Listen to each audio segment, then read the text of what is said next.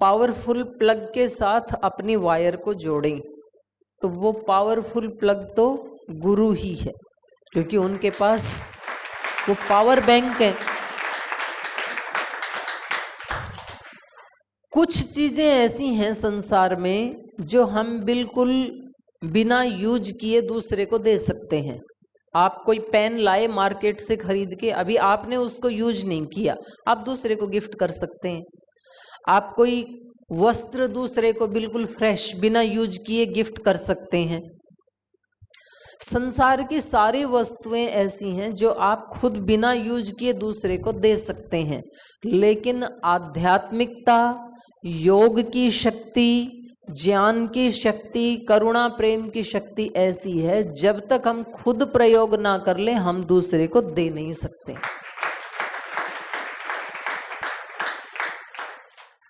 महाराज जी हमें वो शक्ति क्यों दे पाते हैं? क्योंकि उन्होंने पहले खुद उस शक्ति को जिया है, उन्होंने पहले खुद योग का प्रयोग किया है, इसके बाद लाखों लोगों को नहीं करोड़ों लोगों को बांटा, और वो कर रहे हैं सब। उन्होंने खुद अपने जीवन में पहले निष्कामता को, सेवा को, परोपकार को जिया है, खुद जिया है अपने जीवन में। और देखो मैं तो भाषण नहीं दे रही हूं, मैं पूज्य गुरुदेव से 85 से जुड़ी हुई हूँ, जब वो गुरुकुल खानपुर में पढ़ते थे तब से। तो 85 से 15 साल वो और 25 ये 30-40 साल हो गए। मैंने अपनी आंखों से जीते हुए देखा है उनको। जिस समय वो गुरुकुल में आए थे, गुरुकुल खानपुर में, उस समय उनके अंदर जो गुण थे, किसी वहां पर ड्यूटी लगती थी, भिक्षा मांग के लाना, गाय की सेवा करना, गोबर उठा के डालना। तो कुछ ब्रह्मचारी बोलते थे, बोले रामकिशन आज मेरी तबीयत ठीक नहीं, तू ही काट के ले आना ज्वार। तो बोले ठीक है मैं काट लाता हूँ। आज गोबर डालने की इच्छा नहीं, तू डाल के आ जाना। वो डाल के आ जाते थे। मतलब ये हेल्पफुल नेचर उनकी, ये सारा ऐश्वर्य मिलने के बाद नहीं हुई। हेल्पफुल नेचर पहले थी, सेवा करने की भावना पहले थी, करुणा प्रेम पहले था, तब भगवान ने ये सब कुछ दिया है। तो अपने को ये इंतजार नहीं करना चाहिए कि जी बहुत सारा धन आएगा या सब बच्चों की शादी वादी हो जाएगी तब हम सेवा के काम में लगेंगे। नहीं, अभी यदि आप आधा घंटा सेवा के लिए निकाल सकते हैं तो आधा ही निकालिए। आप धीरे धीरे एक भी निकालने लगेंगे। अभी आपके पास यदि 1 घंटा है, 1.5-2 घंटा है, तो आप उतनी सेवा करना शुरू करें। ये इंतजार मत करो कि सारी जिम्मेदारियां पूरी हो जाएंगी तब सेवा में लगेंगे, वो दिन कभी नहीं आएगा। ये मेरा अपना भी अनुभव है 35 साल का। सेवा करने से सारे झंझट खत्म। देखो आपको एक बहुत बड़े योगी थे दक्षिण भारत में, पूज्य स्वामी निर्मलानंद जी। वो 12 साल मौन रहे एक पर्वत के ऊपर, एक छोटी सी कुटिया बना के। फिर एक बार हम उनसे मिलने के लिए गए तो हमारे गुरुजी ने उनसे पूछा, बोले महाराज जी आपने ये 12 वर्ष में जो भी प्राप्त किया उसका सारांश, उसका निचोड़ क्या है, वो आप हमें कृपा करके बता दीजिए। तो उन्होंने 3 शब्द बोले। उन्होंने पहला शब्द कहा नो डिमांड, क्योंकि वो केरला के थे, हिंदी जानते नहीं थे, तो वो या तो मलयालम जानते थे या तो इंग्लिश जानते थे। तो इंग्लिश में 3 शब्द उन्होंने बोला, no demand, no complain, no judgment. ये सार था उनके 12 साल का जो उन्होंने। नो डिमांड, किसी से डिमांड मत करो, समस्या ही खत्म। व्यक्ति घर में भी डिमांड करता है, पत्नी को ऐसे होना चाहिए, पुत्रों को ऐसे होना चाहिए, पुत्रियों को ऐसे होना चाहिए, पड़ोसी को ऐसे होना चाहिए, रिश्तेदार को ऐसे होना चाहिए, गुरु को ऐसे होना चाहिए, शिष्य को ऐसे होना चाहिए। ये सारी डिमांड ही हमारे को हमेशा स्ट्रेस में रखती हैं। कोई डिमांड ही नहीं है। आप कल्पना करो, कोई डिमांड ही नहीं है आपकी, आनंद ही आनंद है, परमानंद। तो ये चार्ज करने का तरीका है, नो डिमांड, सेवा करते जाओ। गुरु ने जैसे हम तो ऐसे ही जीते हैं। हमारे यहाँ जो साधु सन्यासी भाई बहन हैं, पूज्य गुरुदेव ने यही ट्रेनिंग दे रखी है। जब मैं आपको संगठन में लगाऊं, संगठन में सेवा किया करो। जब मैं आपको विश्वविद्यालय में लगाऊं, विश्वविद्यालय में किया करो। जब मैं आपको गुरुकुल में लगाऊं, गुरुकुल में किया करो। जहां जब जिस सेवा में लगा दिया, बस सेवा करते जाओ, नो डिमांड जी मेरी तो ऐसी योग्यता है, ये काम मैं अच्छे से कर सकता हूं, ये नहीं कर पाऊंगा। आपकी योग्यताएं गुरु को देखने दो। नो कंप्लेंट, शिकायत मत करो। जितना मिला है औकात से ज्यादा ही मिला है। भगवान ने बहुत दिया है, इसलिए हमेशा अपने घर परिवार में, समाज में, भगवान के सामने, अपने हृदय में हमेशा एक ही बात बोला करो, भगवान तूने बहुत कुछ दिया है, देश तूने बहुत दिया है, समाज तूने मुझे बहुत दिया है। घर परिवार के लोगों से बोलो, माता पिता गुरुजनों आपने बहुत कुछ दिया है, आपका धन्यवाद। कुछ तो संगठन इसकी ट्रेनिंग ही देते हैं। हमेशा थैंकफुल रहो, हमेशा धन्यवाद देते रहो। तो जब कोई कंप्लेंट ही नहीं है, तूने पहले ही इतना दिया है, मेरी तो औकात क्या थी। और हम तो देखते भी हैं अपने जीवन में, मैं तो अपने जीवन से बता सकती हूँ। एक छोटे से गांव में, एक छोटे से परिवार में पैदा होकर के अगर मेरे को गुरु की शरणागति नहीं मिलती तो मेरा भी जीवन उतना ही रहता जितना मेरे दूसरे भाई बहनों का है। क्या औकात थी हमारी। आज हमें यदि लाखों लाखों भाई बहनों का प्यार मिला है, इज्जत मिली है, सुख मिला है, तो उसका केवल और केवल कारण है गुरु कृपा, गुरु के कारण।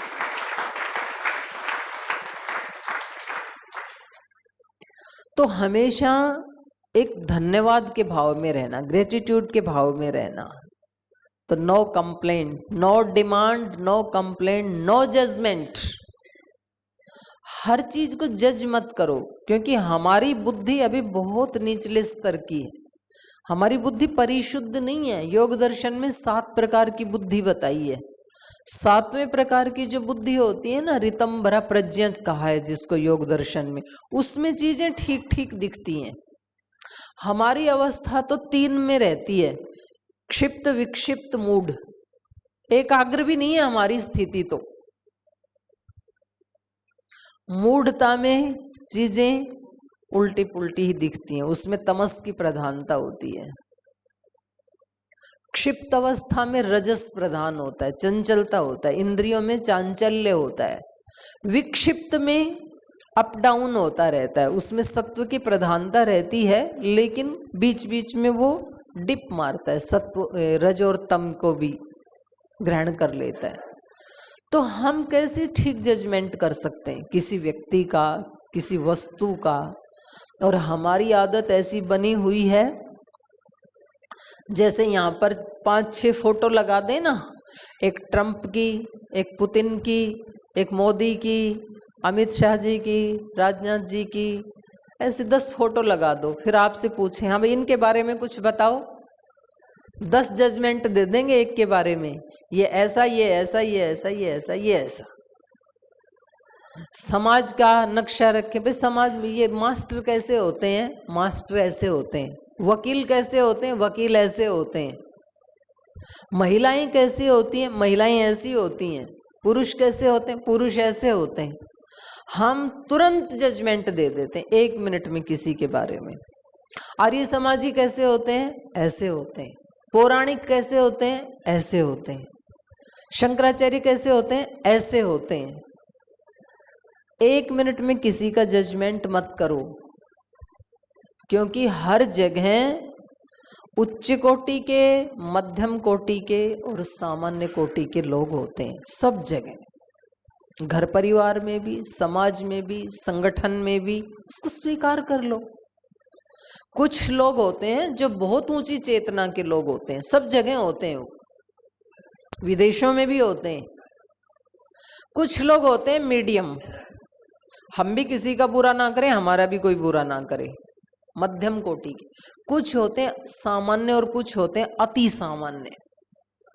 तो हमें गुरु की शरण में आकर के अपने आप को चार्ज करके सामान्य से मध्यम श्रेणी को प्राप्त करना है, मध्यम श्रेणी से उत्तम श्रेणी को प्राप्त करना है, और उत्तम श्रेणी वाले देवता जैसे बन करके सबको प्रसाद बांटना है। ये इस ट्रेनिंग का निचोड़ है, सार। तो चलो एक प्रार्थना का उच्चारण कर लेते हैं, फिर गुरु से ही मिलेगी। ये सारी शक्ति का स्रोत है गुरु। हम भी एक ज्योति हैं, गुरु भी एक ज्योति है, परमात्मा भी एक ज्योति है, ये सब जानते हैं।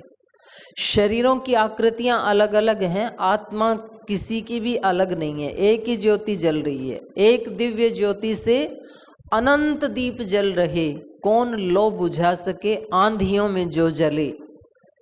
तेज पुंज हम बढ़े तमस चीरते हुए। तो ऐसे हम प्रार्थना भी गाते हैं। तो चलो एक प्रार्थना सब मिल करके गाते हैं। ज्योति से ज्योति जगाओ, सद्गुरु ज्योति से ज्योति जगाओ। मेरा अंतर तिमिर मिटाओ, सद्गुरु ज्योति से ज्योति जगाओ। हे योगेश्वर हे ज्ञानेश्वर, हे योगेश्वर हे ज्ञानेश्वर, निज कृपा बरसाओ, सद्गुरु ज्योति से ज्योति जगाओ। मेरा अंतर तिमिर मिटाओ, सद्गुरु ज्योति से ज्योति जगाओ। एक बार मैं बोलूंगी, एक बार आप बोलना। हम बालक तेरे द्वार पे आए, हम बालक तेरे द्वार पे आए। मंगल दर्श दिखाओ, सद्गुरु ज्योत से ज्योति जगाओ। मंगल दरस दिखाओ, सद्गुरु ज्योत से ज्योत जगाओ। शीश झुकाए करें तेरी पूजा, शीश झुकाए करें तेरी पूजा। प्रेम सुधा बरसाओ, सद्गुरु ज्योत से ज्योत जलाओ। प्रेम सुधा बरसाओ, सद्गुरु ज्योत से ज्योत जगाओ। अंतर में युग युग से सोई, अंतर में युग युग से सोई। चित शक्ति को जगाओ, सद्गुरु ज्योत से ज्योत जगाओ। चित शक्ति को जगाओ, सद्गुरु ज्योत से ज्योत जलाओ।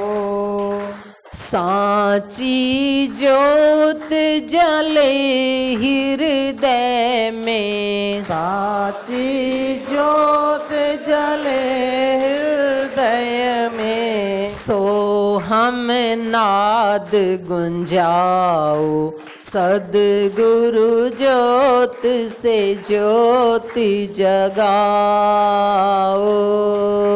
सो हम नाद गुंजाओ, सद्गुरु ज्योत ज्योत से ज्योति जगाओ,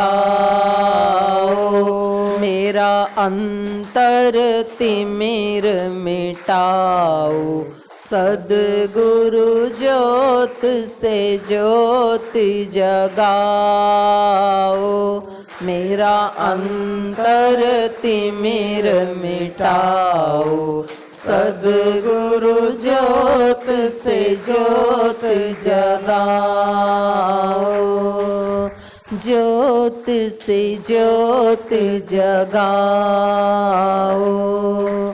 ज्योत से ज्योत जगाओ। बोलिए सद्गुरुदेव भगवान की। तो हम ऐसे गुरुओं की शरण में पहुंच जाएं, ये भी कई जन्मों के पुण्यों का फल है और ये फल आपको और हम सबको मिला है। तो इसके लिए हम अपने भाग्य के लिए ताली बजा सकते हैं, क्योंकि ये भी सबको नहीं मिलता है, ये भी किसी पात्र को ही मिलता है। जो बात हो रही थी ना, कृपा पात्र, दया पात्र, ऐसे आपने सुने ना शब्द। तो भगवान की, माता पिता की कृपा तो हमेशा कृपा ही रहती है, लेकिन जो उसके पात्र बन जाते हैं उनको थोड़ी सी ज्यादा मिल जाती है। आपके घर में जो भी आपके 2-3 बच्चे हैं, तो पिता का प्यार तो सबके लिए एक ही जैसा होता है, पर उस 2-3 में भी एक के अंदर ज्यादा श्रद्धा है, ज्यादा समर्पण है, ज्यादा समझ है, ज्यादा सेवा करता है। तो संपत्ति तो आप 2-3 को बराबर बराबर ही देंगे, पर अपने हृदय के जो आशीर्वाद हैं वो उसके लिए ज्यादा निकलते हैं।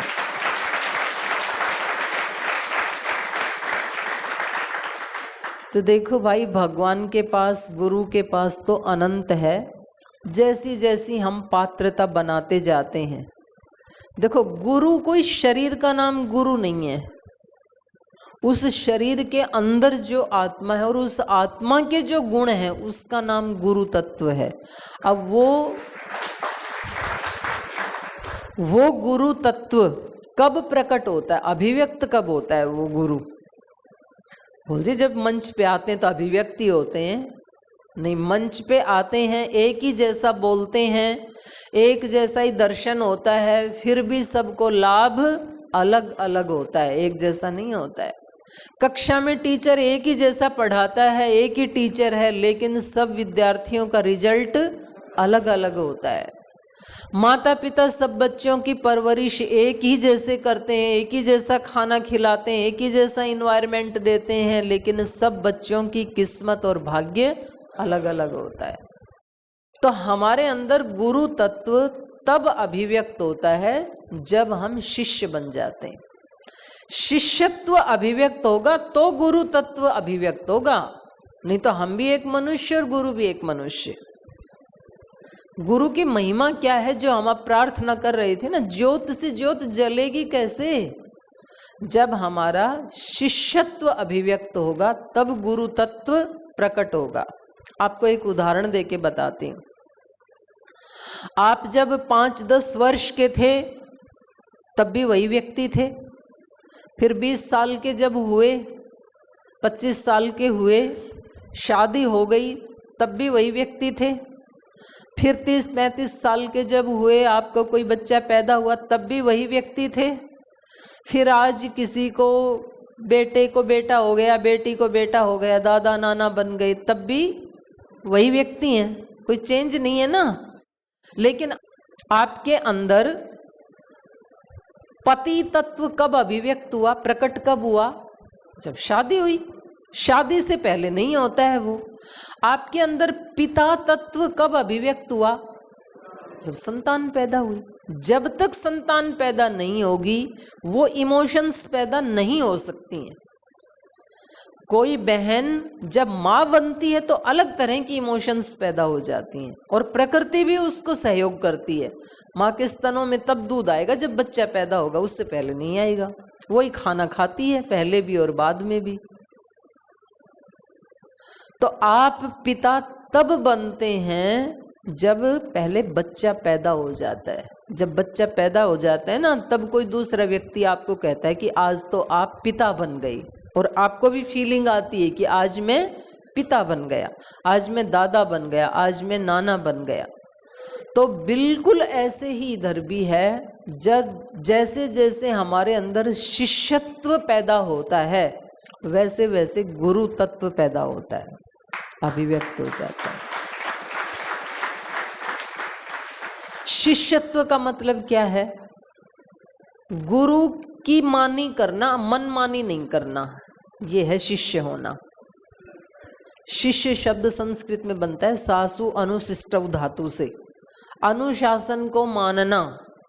देखो आप 365 दिन 24 घंटे तो ऐसे गुरु के सामने तो नहीं बैठे रह सकते, आपको घर भी जाना पड़ेगा, ऑफिस भी जाना पड़ेगा, अपना काम धंधा भी करना पड़ेगा, लेकिन सब काम करते हुए आप 24 घंटे गुरु के सामने हूँ ऐसा फील करने लगें तो समझ लेना शिष्यत्व पैदा हो गया।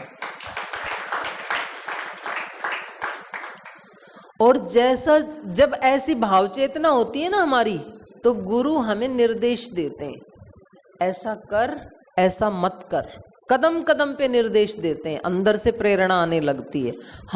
हमें सब गलत कामों से गुरु बचा लेते हैं और सब अच्छे कामों में संलग्न कर देते हैं हमें। यह है गुरु तत्व पैदा होना।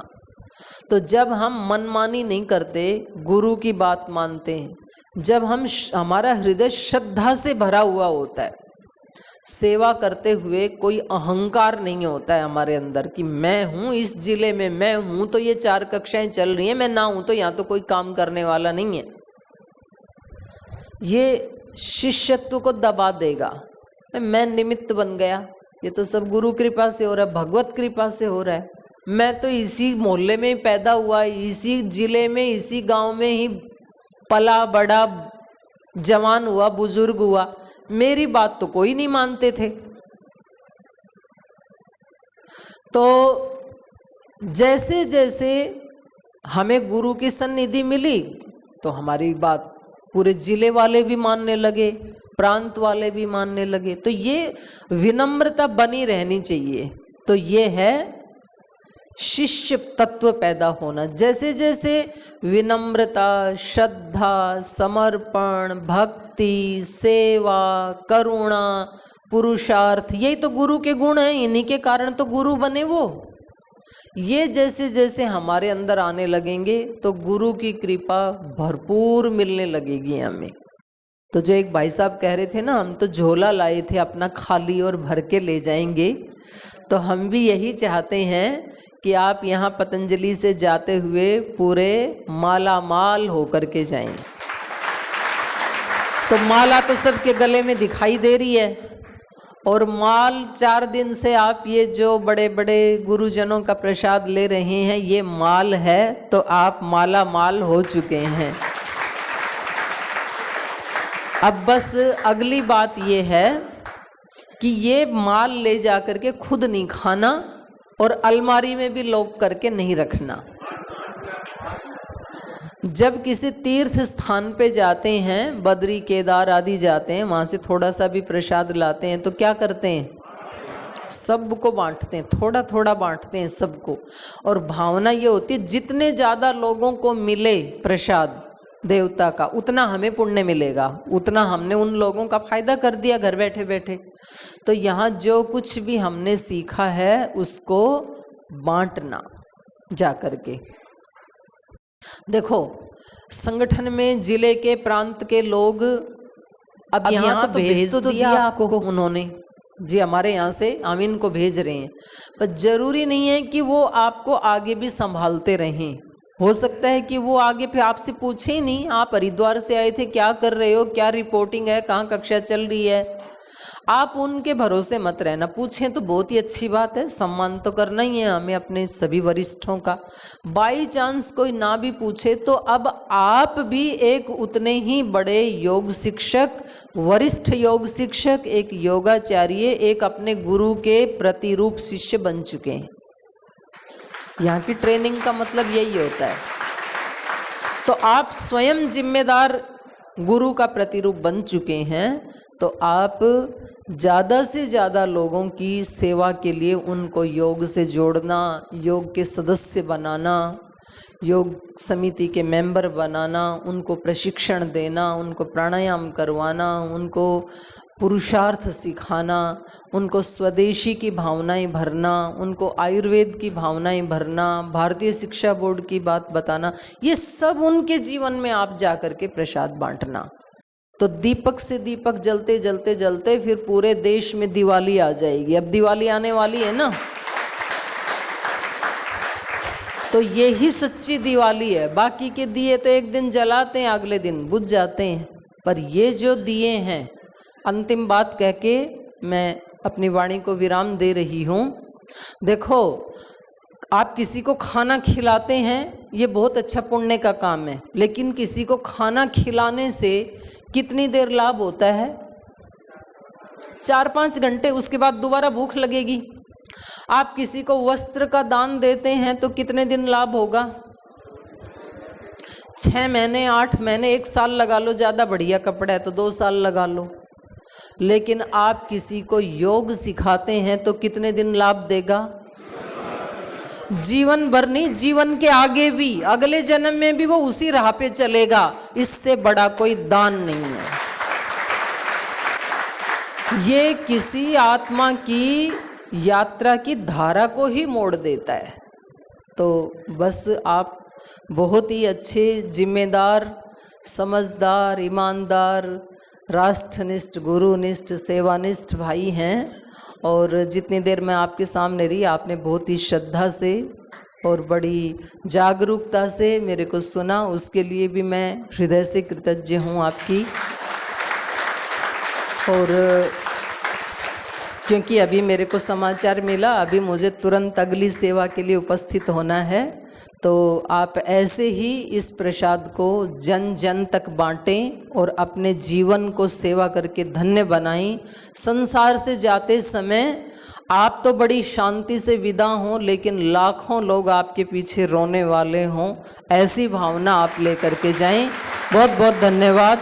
ओम श्री गुरुभ्यो नमः। ओम श्री गुरुभ्यो नमः।